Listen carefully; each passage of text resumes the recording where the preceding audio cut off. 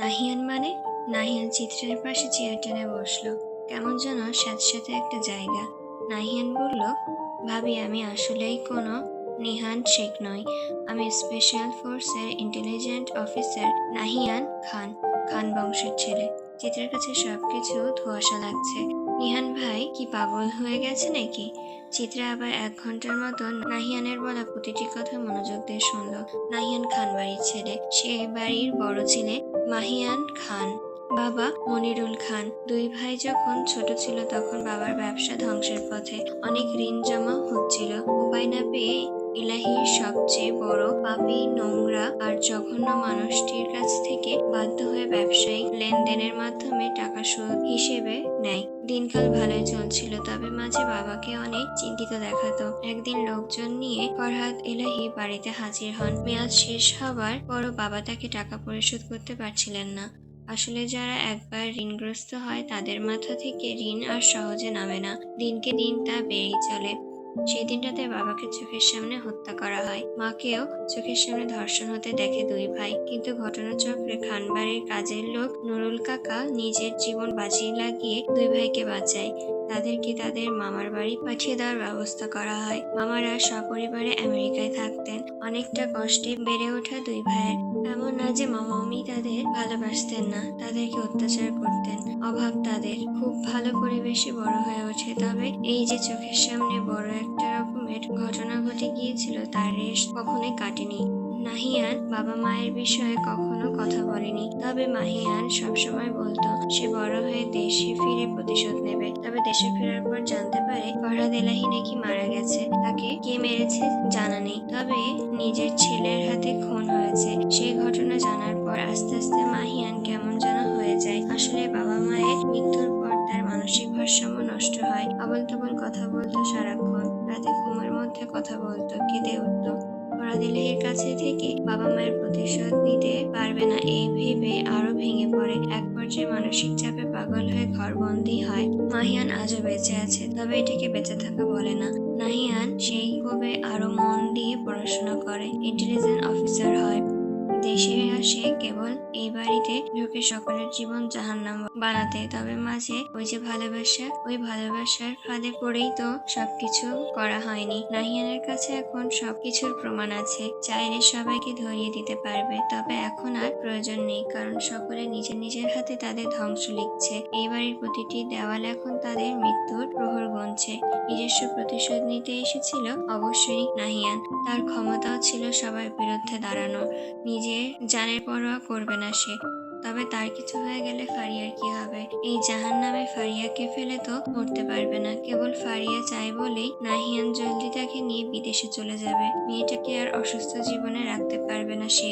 কোনো মারামারি নেই, ঝামেলা নেই, এমন একটা জায়গায় তাদের সংসার হবে। তবে বাকিরা নাহিয়ান খানকে না চিনলেও ফারিয়া চেনে। তাই তো প্রতি মুহূর্তেই তার নাহিয়ানকে নিয়ে ভয় হয়। যদি ভাইয়েরা সব জেনে যায় তখন তো তারা নাহিয়ানকে মেরে ফেলবে। কেবল এই একটা ভয় সে রোজ পড়ছে, মরছে আবার জন্মাচ্ছে। চিত্রা কাপা গলায় জিজ্ঞাসা করলো, সুলতান এলাহিকে কে হত্যা করেছে জানেন? নাহিয়ান চিত্রের দিকে ভালো করে তাকায়, একটু মুচকি হেসে বলল, জানবো না কেন? আপনি শুনতে চান ভাবি? মজার বিষয় বলি, এলাহি বাড়িতে আগেও অনেক খুন হয়েছে। একটা সময় পর সব কমেও এসেছিল, তবে আপনি বাসায় আসার পর আবারও খুন শুরু হয়। রহস্যময় না? চিত্রা একটা ঢোক গেলে নাহিয়ান পুনরায় বলল, ভাবি আপনি আর আমি এক জলের মাছ, তবে সাবধান, আমাদের ধরার জন্য কিন্তু অনেক জাল ফেলা হয়েছে। জাল থেকে বাঁচতে না পারলে শিকার হয়ে যাওয়ার অস্বাভাবিক কিছু নয়। চিত্রা ক্লান্ত শরীর নিয়ে বাড়ি ফিরল। তার শরীর এখনো থরথর করে কাঁপছে। কি সব শুনে এসেছে? আসলে কি সব সত্য? এলাহি বাড়ির মানুষগুলো আসলে এত জঘন্য? এখন সব কেমন যেন লাগছে। কত খুন, রাত করে মাটি খোঁড়া, নোংরা পুটলিতে বাড়ির পুরুষদের আনাগোনা সবই তবে সত্যি ছিল চোখের সামনে? সেই সব মিথ্যা নয় তাহলে ফারাজ? রাত করে তার বাড়ির বাইরে যাওয়া, ঘুরে ফেরা, সেই সবও কি এমনি এমনি ছিল না? আচ্ছা, ফারাজও কি তবে নারীদের এত জঘন্যভাবে নিপীড়িত করে? তাদের পাচারকারীদের হাতে তুলে দেয়, পাপীদের টাকায় জীবন চালায়, মিথ্যার পাহাড় জমিয়ে চিত্রার সঙ্গে সংসার করছে? এটা কি সংসার? মাথায় কাজ করছে না চিত্রার। ফারাজ পাপিষ্ঠ হলে তো চিত্রাকে কখনো এত ভালোবাসতো না। আচ্ছা, সবকিছু কোনো নাটক ছিল না তো? নাটক হলে চিত্রার বিয়ে করেছে কেন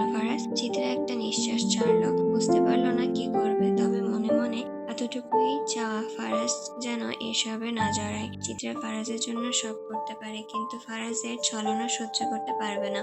যদি পাপ করেও থাকে, সে যেন খোদার কাছে ক্ষমা চেয়ে সবকিছু থেকে ফিরে আসে। চিত্রা ফারাজকে হারাতে চায় না। তারা বিদেশে চলে যাবে, কিংবা অনেক দূরে কোথাও। তবুও যেন ফারাজ সব ছেড়ে দেয়। চিত্রা আর নিহানের কথা মনে পড়লো। নিহান বললেও ভুল হবে। নাহিয়ান খান, তার গোটা নাম থেকে শুরু করে বংশের পদবিও অদল বদল। এই এলাহি বাড়িতে তার প্রবেশ করায় সবই ছিল পরিকল্পিত। তবে নাহিয়ান খান বাড়ির সকলের কথা বললেও ফারাজ এলাহির কথা কিছুই বলেনি, আর না ওই ফারহাদ এলাহির কথা। সময় হলে নাকি সেসব চিত্রা নিজে জানতে পারবে। তবে এবার চিত্রার ভয় হচ্ছে। বাড়ির মানুষগুলো খারাপ সেজন্য নয়, বরং নাহিয়ান ইন্টেলিজেন্ট অফিসার সেটা ভেবেই। এর মানে সে আরো অনেকের ব্যাপারেই অনেক কিছু জানে। ফারাজ বাসায় এসে সরাসরি গোসলে যায়। চিত্রা ফারাজের ফোনের সামনে বসে আছে। ফোনটা খুলে ভেতরে কি আছে দেখা হয়নি কখনো, তবে আজ ইচ্ছে করছে। ফারাজ রুমে আসতে চিত্রাকে বলল, তোমার পাসপোর্ট কিন্তু চলে আসবে। বিদেশে যাওয়ার জন্য প্রস্তুত তো? চিত্রা ফারাজের দিকে তাকায়, সরু চোখে জিজ্ঞাসা করে, আপনি কে বলুন তো? এমন প্রশ্ন কেন? না, আজকে একটু বেশি সুন্দর লাগছে তো, তাই চিনতে পারছি না। মানে কি? আগে বুঝি অসুন্দর ছিলাম? দেখো চিত্রা, আমার জন্মের দিন পুরো পৃথিবী আলোকিত হয়ে গিয়েছিল আমার রূপের ঝলকে। বাপরে বাপ, নিজের প্রশংসা নিজে করতে আমি একটুও পছন্দ করি না। শুধু তুমি বললে দেখে একটু বললাম। ফারাজ আয়নার সামনে গিয়ে দাঁড়ায়। চিত্রা বারান্দায় গিয়ে দাঁড়ায়। কালো পুকুরটির দিকে তাকাতেই চোখের সামনে মিতালি, নীলুফা, মাহাদি, মরিয়ম আর মারিয়ার মুখটা ভেসে ওঠে। সে একটা নিঃশ্বাস ছাড়লো। ফারাজ আয়নার সামনে দাঁড়াতেই অভ্রর ফোন এলো। অভ্র জানালো আয়শা, চিত্রার পাসপোর্টের কিছু সমস্যা হয়েছে, অনেক কিছুই মিলছে না। ফারাজ বিষয়টা পরে দেখবে বলে ফোনটা রেখে দেয়। তারপর বারান্দায় এসে চিত্রাকে পেছন থেকে জড়িয়ে ধরে বলে, এবার বলো তো বউ, তুমি কে? বজ্র আজও এসেছে সেই বাড়িতে। মাঝে মধ্যেই তার আসা হয়। এখন বলতে গেলে আর্থিক একটা সম্পর্ক গড়ে উঠেছে তার এই বাড়ির সঙ্গে। এখানে যে মেয়েটি থাকে, যাকে নিরাপত্তা দেওয়ার বজ্রর দায়িত্ব ছিল, তবে অজান্তেই এখন সেই মেয়ের সঙ্গে একটা গভীর সম্পর্ক তৈরি হয়েছে। এখন তার মনের ভেতরেও একটা টান অনুভব হয়। বজ্র প্রতিবারের মতন রুমে ঢুকতেই দেখতে পেল মেয়েটি জানালার গ্রিল ধরে বাইরের দিকে তাকিয়ে আছে। পুরো বাড়িটা কাঠের তৈরি, চারপাশে বাগান, মাঝখানে বাড়ি। দোতলায় কাঠের বাড়িতে মেয়েটি এখন মাসের পর মাস অনায়াসেই থাকছে। এখন তাকে দুনিয়ার কোনো কিছু ভাবায় না। সেও এই চার দেওয়ালের মধ্যেই কারোর জন্য অপেক্ষা করে। নীরবে কেবল তাকে খোঁজেই মন। বজ্র রুমে ঢুকতেই মেয়েটি মুচকি হাসি দিয়ে জিজ্ঞাসা করলো, তুমি এসেছো?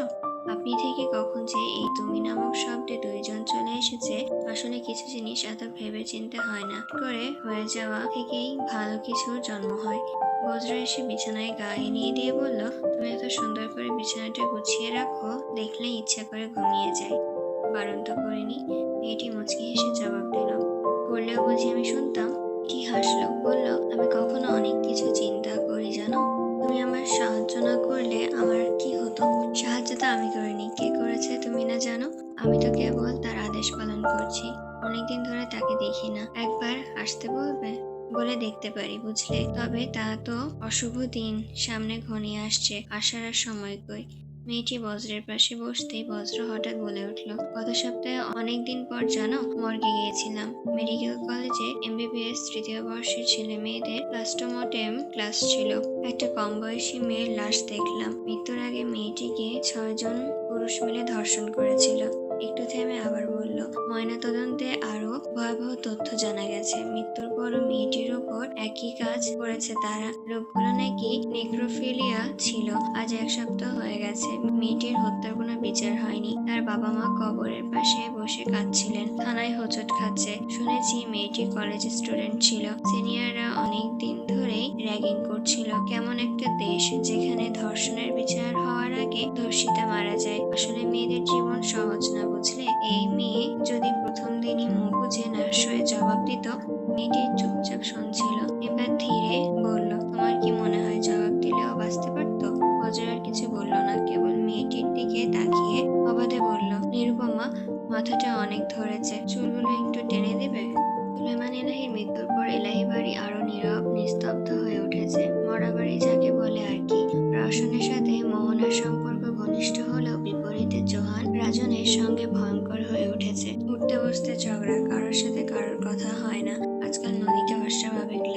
লাগারই কথা। স্বামী নেশাখোর, নোংরা বললে মহারাজ আসে, নিজের মেয়েকে তো দেখতেই পারে না। উল্টো নদীকে দেখো, দিনের পর দিন বাপের বাড়ি কখনো তার যাওয়া হয়নি। বাবার মৃত্যুতেও রাজন তাকে বাড়িতে যেতে দেয়নি। একটা মেয়ের জন্য কষ্টের আর কি আছে। মেয়ের বড়লোক পরিবার থেকে বিয়ের সম্বন্ধ এসেছিল সেই দিন। সেই খবরে নদীর বাবা তো সারাদিন খুশিতে কেঁদেছেন। বাকিটা জীবন মেয়ের সুখ দেখে শান্তিতে হাসবেন বলে। অথচ বিয়ের পর রাজন তাদের এই বাড়ির এক গ্লাস জলও কথা না শুনিয়ে পান করতে দেননি। তারা প্রথম দিকে একবার এসেছিলেন মেয়ের শ্বশুর বাড়ির জন্য গ্রামের দেশি হাঁস থেকে শুরু করে ফলমূল কত কি সঙ্গে নিয়ে। তবে রোমানা তাদের একগাল অপমান করেছিলেন। দুপুরে আগের দিনের পান্তা ভাত খেতে দিয়েছিলেন। সময় তো চলে গেছে, তবে সেই সব কথা আজও বুকে সুচালো তীরের মতন গিয়ে বিঁধে। নদী কেবল সেই দিন বাবা মায়ের চোখের দিকে তাকিয়ে বলেছিল, ভালো আছি আমি, অনেক সুখে আছি। তিনি আমারে খুব ভালোবাসেন, চিন্তা নাই তোমাগোর। বাবা মা বুঝতে পেরেছিলেন কি ভুলটাই না তারা করেছেন। আজও সেই ভুলের জন্য হয়তো নিজেদের দোষারোপ করছেন। তবে ইচ্ছা আছে একদিন নদীর পরিবারের সঙ্গে দেখা করবার। বাবা তো আর নেই, কোনো এক বর্ষায় সবাইকে কাঁদিয়ে এসে চলে গেছেন। তবে নদী সেই দিন আসলে সুখী হবে। সেই সুখের গল্প শোনাতে সে পরিবারের কাছে যাবে। সকালে কালো বোরখা পরে বাড়ির পেছনের রাস্তা দিয়ে নদী কোথাও একটা যায়। ফিরতে ফিরতে ভালোই সময় লাগে। বাড়ির ভেতরে যখন প্রবেশ করে তখনই দেখা হয় ফারিয়ার স্বামীর সঙ্গে। নদী এক মুহূর্তের জন্য ঘাবড়ে গিয়ে পর মুহূর্তেই নিজেকে সামলে বলে, আরে নিহান, তুমি এই দুপুরবেলা কোথা থেকে এলেন? নদী থতমত খেয়ে বলে, নুরির জ্বর, ওষুধ কিনতে গিয়েছিলাম। ও আচ্ছা, তাহলে রুমে যান, যেই গরম পড়েছে। নদী অপেক্ষা না করে সিঁড়ি বেয়ে ওপরে চলে যায়। নাহিয়ান খান বড্ড হাসি পায়। পাবেই না কেন, বাড়ির কার ভেতরে কি আছে সব তার জানা। তবুও যখন মানুষ চোখে চোখ রেখে মিথ্যা বলে তখন কি আর না হেসে পারা যায়? ওরা ভাবে ওরাই চালাক, বাকিদের তো নাক টিপলে দূর করে। চিত্রের কলেজে অভিভাবক মিটিং ছিল, সঙ্গে আয়শা, অভ্র এসেছে। ওরা চিত্রের সঙ্গে মিটিং এ এসেছে নাকি নিজেদের ডেটিং তা তেনারাই ভালো জানেন। আয়শা কিছু জিনিস অর্ডার দিয়েছিল। ডেলিভারি ম্যানকে গুরুদাল কলেজের সামনে আসতে বলেছিল। লোকটি এসে পার্সেল দিয়ে যায়। সেই লোকের সঙ্গেও অভ্র মারপিটে লাগে। কলার চেপে ধরে বলে, এ বেটা ছাওয়ালরা, আমার বইয়ের থেকে নাম্বার চাও কেন? মেরে রোদে শুকিয়ে শুটকি বানিয়ে হালুয়া তৈরি করে ছেড়ে দেব। এই সরকার ভাইকে কে বোঝাবে? ওটা ওটিপি ছিল। পার্সেল ডেলিভারির সময় এমন ওটিপি কখনো কখনো চায় তারা। এক মহিলা আয়শার দিকে তাকিয়েছিল বলে তার সঙ্গেও দৌড় লাগিয়ে ঝগড়া করেছে অভ্র। বলেছে মেয়ে হোক আর ছেলে, তার ঘরণীকে দেখার অধিকার সে ছাড়া আর কারণ নেই। আগে আয়শা দেখতো ফারাজ আব্বা চিত্রা আপার জন্য এসব করতো, এখন তো অ্যাসিস্ট্যান্টটাও পুরো কার্বন কপি হয়ে উঠেছে তার। আয়শা অভ্রকে বলে, সরকার ভাই, তোমার একটু দরকার। কি গো, কি দরকার ঘরণী? গাড়ির টিকিটে খুলে দেন, জিনিসগুলো রাখি। অভ্র টিকিট খুলতেই হুট করে কেউ গর্জে উঠল, চাল পেলাইস। ভয় অভ্র চেঁচিয়ে আয়েশার পেছনে গিয়ে লুকিয়ে বলল, তোমার এই দাদি কি আমার পেছন জীবনেও ছাড়বে না ঘরণী? ওই কল্পনা করছি বাচ্চা কাচ্চা হলে একটাকে পাল্টে দিয়ে আমরা কালাপিরিত করব, কিন্তু এই বুড়ির জন্য তো কালাপিরিত দূরে থাক, কুকি পিড়ি তো কপালে জুটছে না। একটু বাইরে এলাম, ওমা সেখানেও চলে এলো। আয়শা হাসি পায়। সে তার দাদিকে ধরে গাড়ি থেকে বের করে। তা দেখে অভ্র পকেট থেকে টিস্যু বের করে জমেলার হাত ঘষে মুছে দিয়ে বলে, বুড়ি, আমার ঘরণীর স্পর্শ আমি ছাড়া কারোর গায়ে লাগতে দেব না। আমার ঘরণীর ছোঁয়া লেগেছে তোমার গায়ে, ভালো করে ঘষে ঘষে মুছে সেই ছোঁয়া আমি উঠিয়ে দেব আজ। জমিলা তাতে মন্দ লাগেনি। কালোর বাপ তার হাত মুছে দিচ্ছে, সেই অনুভূতিতে তার শাড়ি তুলে মির্কি নাচ দিতে ইচ্ছে করছে। কত কষ্ট করে ডিগিতে উঠেছিল সে, গরমের মধ্যে বসেছিল। আজ সে সুন্দরভাবে তিব্বত খামাচি পাউডার দিয়ে কোরিয়ান মেকআপ লুক ইউটিউব দেখে ট্রায়াল করেছে। চোখে একটা কালো রোদ চশমা লাগিয়েছে। পাহাড়ের মতন উঁচু হিল পরেছে। তার তো উঁচু জুতা নেই, তাই বার্মিজ জুতার নিচে বাঁশের চোকা খুঁটি লাগিয়ে জুতা বানিয়েছে। এখন পুরো হিলি জুতার হিল। হাতে একটা ব্যাগও নিয়েছে, যা লাগছে না তাকে, পুরো কড়া জিনিস। পৃথিবীর সব ছেলেকে অজ্ঞান করার জন্য যথেষ্ট। আর এই কোরিয়ান মেয়েরা তো ঝামেলার এই লোক দেখে হিংসে করবে। ওই দেশে কত ছেলে আছে না, একেবারে দুধের স্বরের মতন গায়ের রং। ওরা তো জমেলাকে দেখলেই মরেই যেত। এত ছেলেকে এখন জমেলা এক যুবতী হয়ে কি করে বিয়ে করবে? কি করবে সে? কালোর বাপের প্রতি সে লয়াল, মন সে কাউকে দিতে পারবে না, তবে দেহের বিষয় হলে অন্য কথা। ফারাজের তো কলেজের জীবন শেষ হওয়ার পর গুরুদ্বারের আঙ্গিনায় আর পা রাখেনি। এখন বইয়ের জন্য যাওয়া আসা হয় আর কি। কলেজ থেকে বের হওয়ার পর আজকে চিত্রা জিদ করেছে মুক্ত মঞ্চে বসবে। কলেজের সামনে ওই জায়গায় এত স্নিগ্ধ। ফারাজ চিত্রার জন্য বিভিন্ন প্রকার ভাজা কিনতে যায়, গল্প করে আর ভাজা খাবে। চিত্রা আজকাল খুব কম কথা বলে, যতটুকু বলা দরকার কেবল ততটুকুই ফারাজ তাকে বলেছে। সে নাকি গুরুদ্বার থেকে এসএসসি দিয়েছে। আসলে কি তাই? আচ্ছা, ফারাজের চেহারাটা এমন বিদেশিদের মতন দেখতে কেন? আর তার বাকি ভাইদের সাথে কোনো প্রকার মিল নেই কেন? কিছু তো একটা আছেই, কিন্তু কি?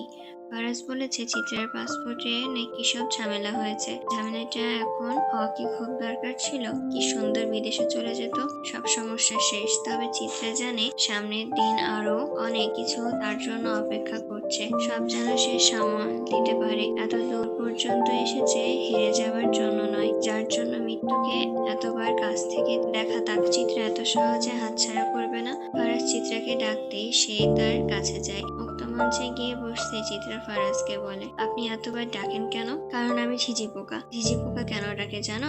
জানি না কেন ডাকে, এই কারণেই তো ছোট লোক বউ বলি। দেখো, ঝিঝি পোকা কেন ডাকে আমি বলতে পারবো না। আমি পুরুষ বলে কি আমার বুঝি শরমের লজ্জা নেই? যাও গিয়ে গুগল করে নাও। শরমের লজ্জা? বাহ, ইউনিক লজ্জা দেখি আপনার। হ্যাঁ, ছোট লোকরা লজ্জা শরম পায়, আর আমার মতন বড় লোকরা শরমের লজ্জা পায়। দূরে ৫-৬ জন ছেলের মাঝে একটা মেয়ে, তাদের আবার কি হাতাহাতি। চিত্রা একবার সেই দিকে তাকিয়ে চোখ নামিয়ে নিল। ফারাজ তাকে বাদামের খোসা ছিলে দিচ্ছে, সে কেবল চুপ করে মুখে দিচ্ছে। ফারাজ খোসা ছিলতে ছিলতে বলে, মেয়ে মানুষ হচ্ছে ঠিকই বাদামের মতন, খোসা ছাড়া থাকলে যে কেউ অনায়াসে খেয়ে ফেলবে। খোসা সহ একে খাওয়া যায় না। খোসা লাইক একটা পদ্মার মতন, আবরণে ঢাকা জিনিস বরাবরের মতোই সুন্দর। জানি নিজেকে সবার সামনে খোলামেলা ভাবে উপস্থাপন করলে খোসা ছাড়া বাদাম হয়ে যায় মেয়ে মানুষ। শুনছেন? বলো বউ, জুস খাবো। ফারাজ উঠে যায়।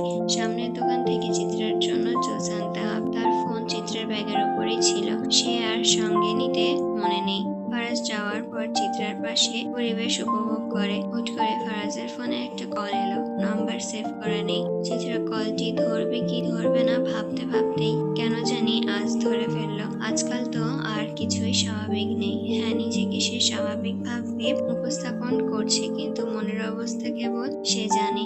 কল রিসিভ করে কানে ধরতেই ওপাশ থেকে একটা মেয়েলি গলা ভেসে এলো। হ্যালো, আপনার মনি আপনার সঙ্গে দেখা করতে চাই, একটু জলদি আসবেন। হ্যালো স্যার, আপনি শুনতে পাচ্ছেন? চিত্রার হাত কাঁপতে শুরু হয়। সে কোনো মতে ফোনটা কেটে দেয়। আতঙ্কে চোখের কোণে জল চলে আসে। মনি? এই মনি কে?